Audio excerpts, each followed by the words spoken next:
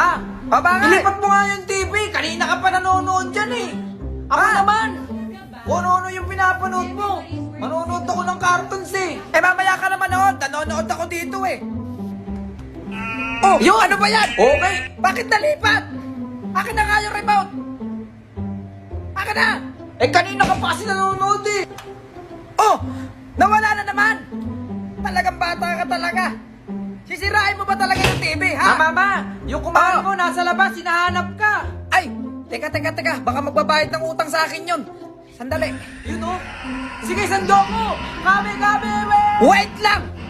Ala naman yung kumari ko dun eh. Sabi mo nandun yung kumari ko sa labas. Wala naman Kanina daw. ka pa kasi nanonood eh.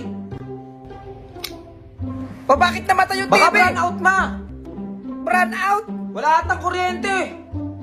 Paano magka-brown out eh? Yung electric pa na yung umiikot. Ayan o. Talaga ka!